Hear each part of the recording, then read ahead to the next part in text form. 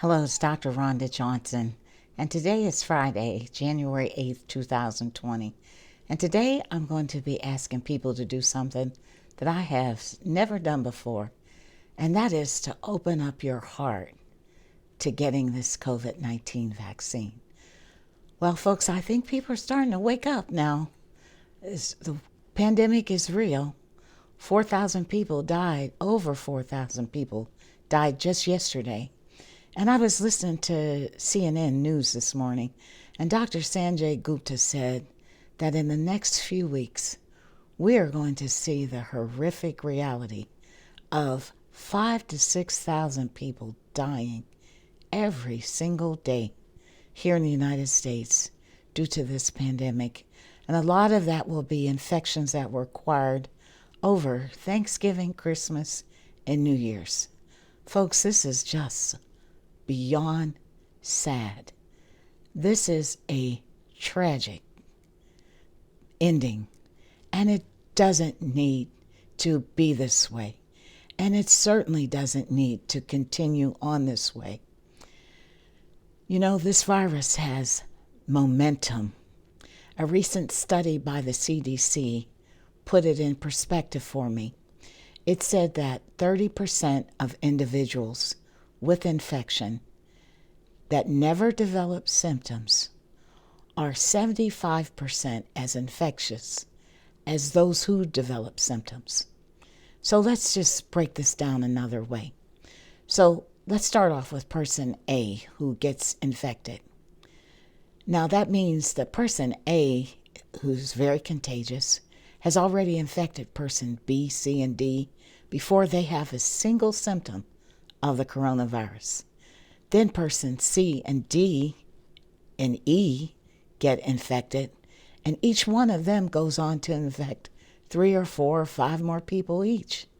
So what you have is 3 or 4 more generations of people who get infected before the first person A, shows any symptoms of COVID-19 infection. That is how this pandemic is gaining ground.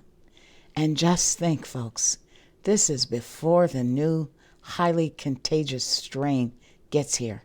I live in Pennsylvania, and they've already found the variant here. So it's everywhere. Just assume that it's everywhere. Now, what is fueling all of this infection? Well, for many people that live in the cold weather, it's the fact that they live in the cold weather. Colder weather causes the virus to stay in the airborne state longer. What it means is, normally when you cough or sneeze, and you sneeze out those respiratory droplets that have mucus attached to it, well, in infected people, the virus is in those respiratory droplets. But the cold, dry air hits it, and that takes away that protective mucus, so that the virus doesn't fall to the ground or fall to a surface. It just stays in the air. And folks, remember, this virus is alive for 3 hours while it's airborne.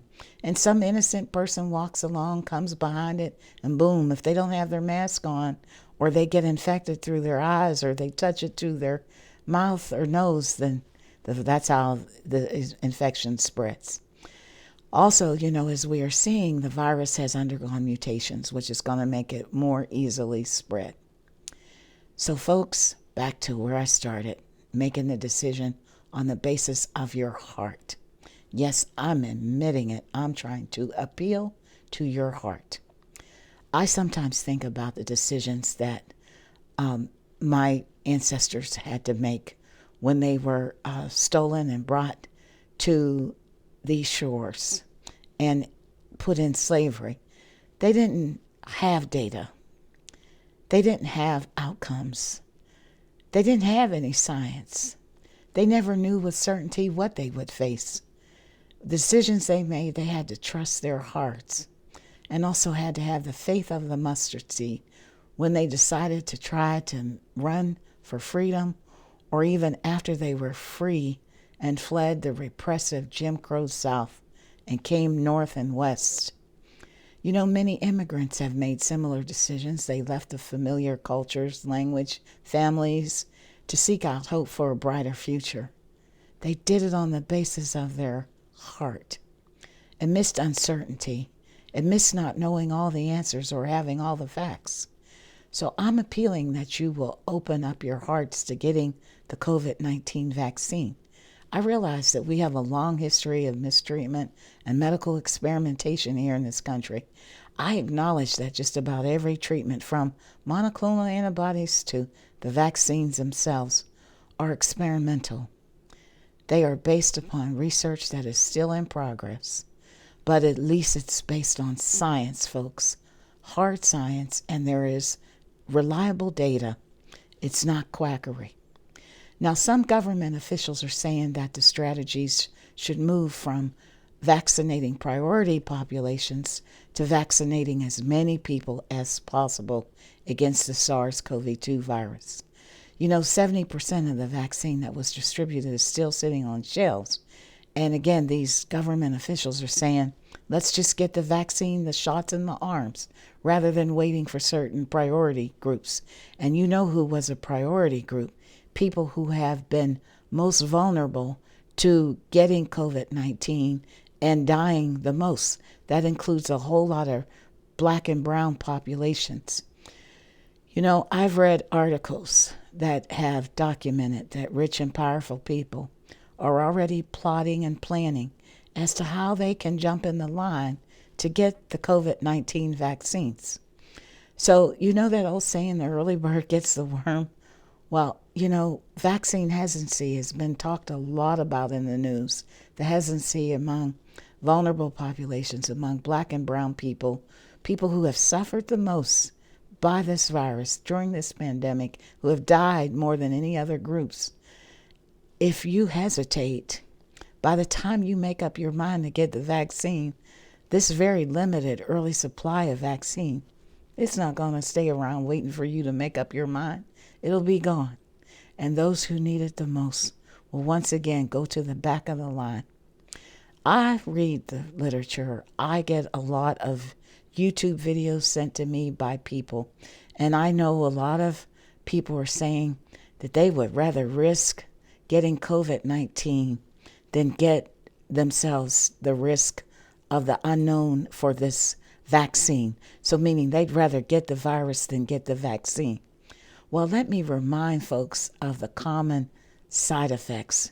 These are just the common mild ones from COVID-19 and people who get COVID-19 who recover and survive.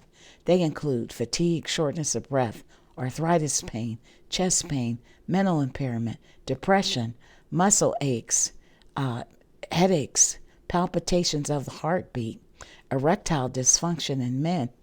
Now, those are just the mild ones. Let's go up a little bit to the serious side effects. They include inflammation of the heart muscle. That can be potentially fatal, myocarditis. It includes blood clots. It includes severe lung disease. It includes kidney injury and failure. It includes skin rashes all over the body. I've seen the pictures of people who have these persistent rashes all over their body. It includes severe hair loss. People lose all of their hair, and it's slow to come back. Persistent loss of smell and taste, disrupted sleep, memory impairment, severe depression, and mental health news. I'm telling you, getting the virus and recovering is bad news too for many people. It requires 2 doses of this vaccine to get infected. And you will still need to have the mask and wash your hands and physically distance. And yes, you can still get COVID-19 after you get the shot, just like you can get the flu after you get the flu shot, because it takes anywhere between 7 to 14 days for your blood to build up your immunity. So folks, when it's time to get your shot in the arm, I hope you will be like these healthcare workers that we've seen on TV and roll up your sleeve and get your COVID-19 vaccine. The vaccine is not going to stop you from getting infected and transmitting it, particularly if this super contagious strain gets here.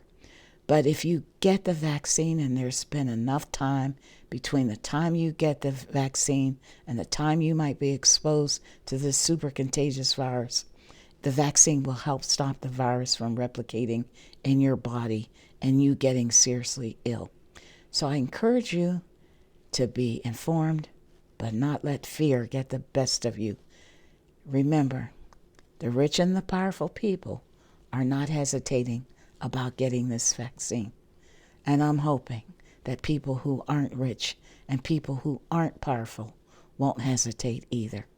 This is Dr. Rhonda Johnson. My views are my own. Stay safe, stay your guard, and have a blessed day.